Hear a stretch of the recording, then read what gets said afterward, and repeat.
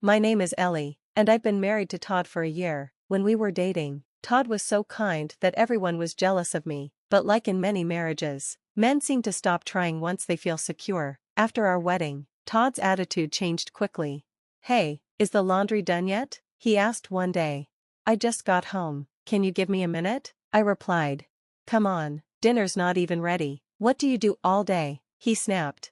I just said I got back. If it's so urgent, maybe you could help a bit? I suggested. What? I'm out there walking all day in the heat as a salesman. You just sit at a desk. Your work isn't nearly as hard as mine, he said dismissively. Desk jobs are hard too. Sitting all day hurts my back and shoulders, I explained. Yeah, stop with the excuses. If you have time to talk, you have time to get things done, he said, cutting me off. This kind of conversation has become normal for us. We both work hard at our jobs, but Todd refuses to help with chores. In fact, he always expects me to do more. I try my best to manage everything, but his constant criticism wears me down. Feeling exhausted, I started picking up Todd's clothes from the floor and putting them in the laundry basket. Make sure to wash these too, he said. I've already started the laundry. Why don't you take them to the laundry room yourself? I asked. Why should I? You take them, he replied. They're your clothes. You should take care of your own stuff, I argued. Don't talk back to me, just take them, he shouted, throwing his clothes on the floor. Frustrated, I clenched my teeth but picked up his clothes anyway. I turned on the washing machine and then started cooking dinner, pushing through my fatigue. It had been a hard day at work, with unexpected problems, so I decided to keep dinner simple. I used the leftover vegetables to make curry and planned to serve it with some side dishes from yesterday. As I was setting the table, Todd walked in. Wow, don't tell me this is dinner tonight, he said, sounding unimpressed. Yes, this is dinner, I said. Are you serious? It's the exact same meal as yesterday. Leftovers and curry? Just cutting up vegetables and boiling them counts as cooking to you? Pathetic. I want something better, like roast beef or seafood stew, Todd complained. I can't make fancy meals like that on weekdays. I work too, remember? I said, trying to stay calm. Don't give me that. Lisa from my office works the same hours and makes elaborate dinners. Look at her Instagram, he said, showing me his phone. Isn't Lisa single, though? I asked.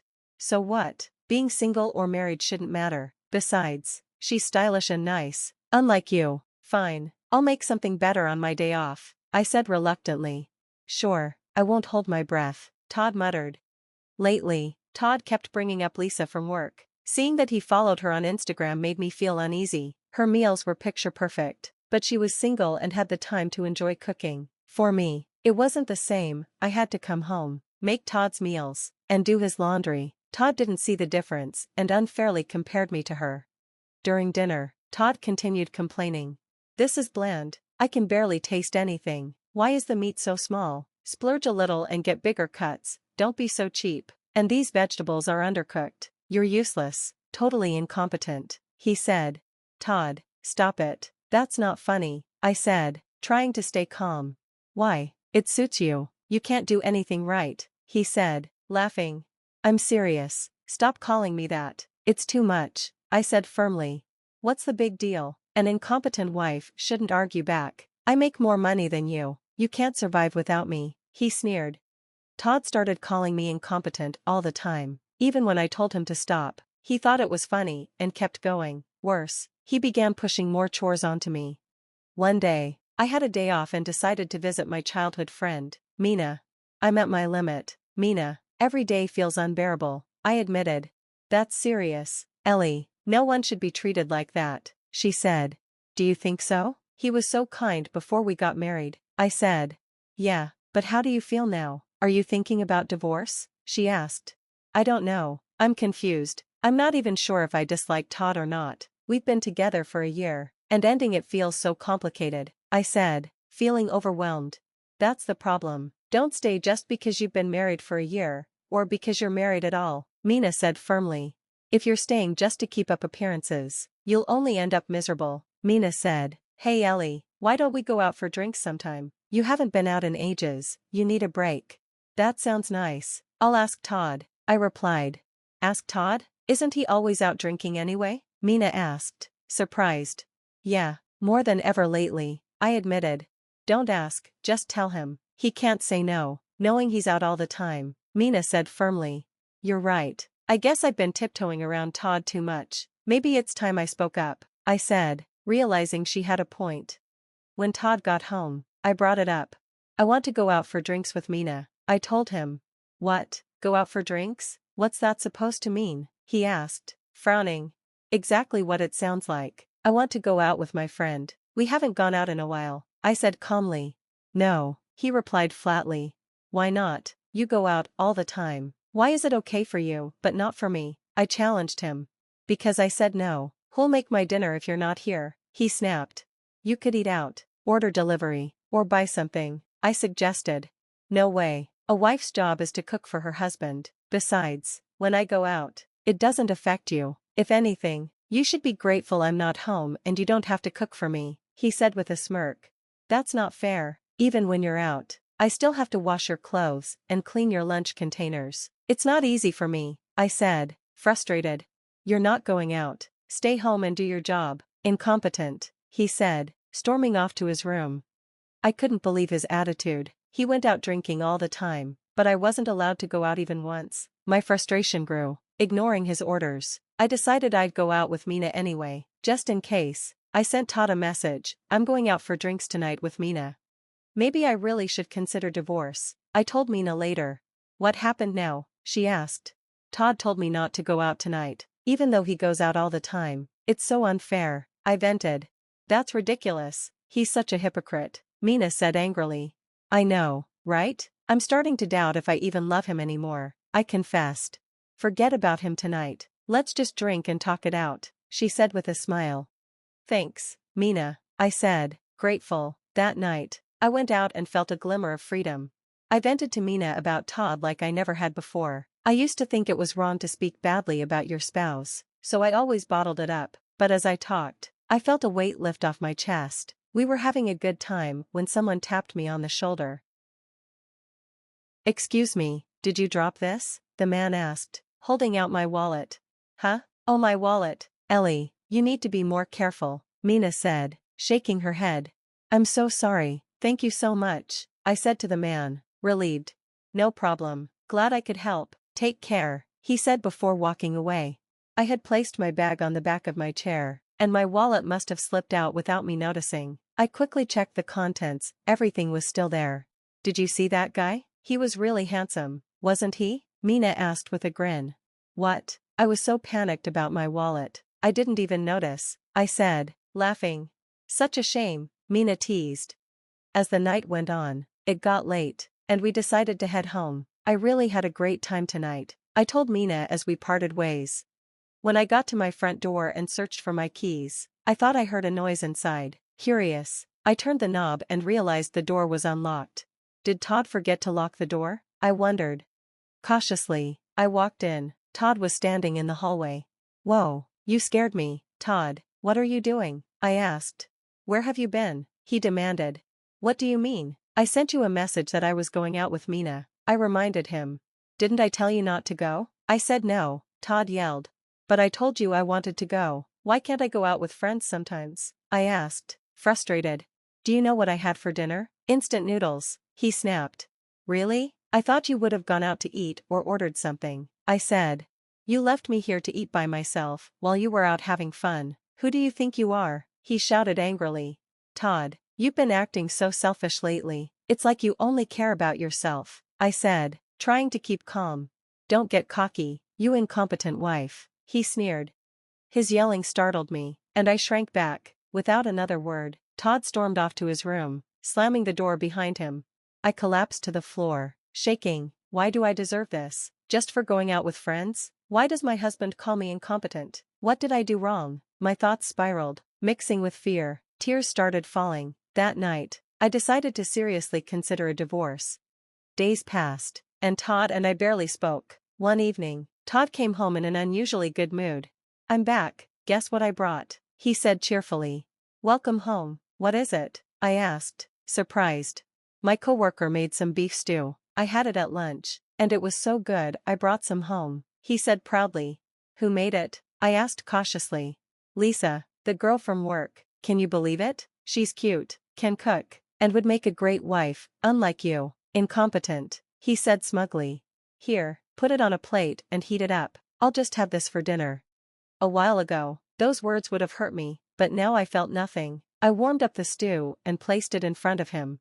Wow, it looks just as good as it did at lunch. Thanks. Want to try some so you can learn how it's done? He asked.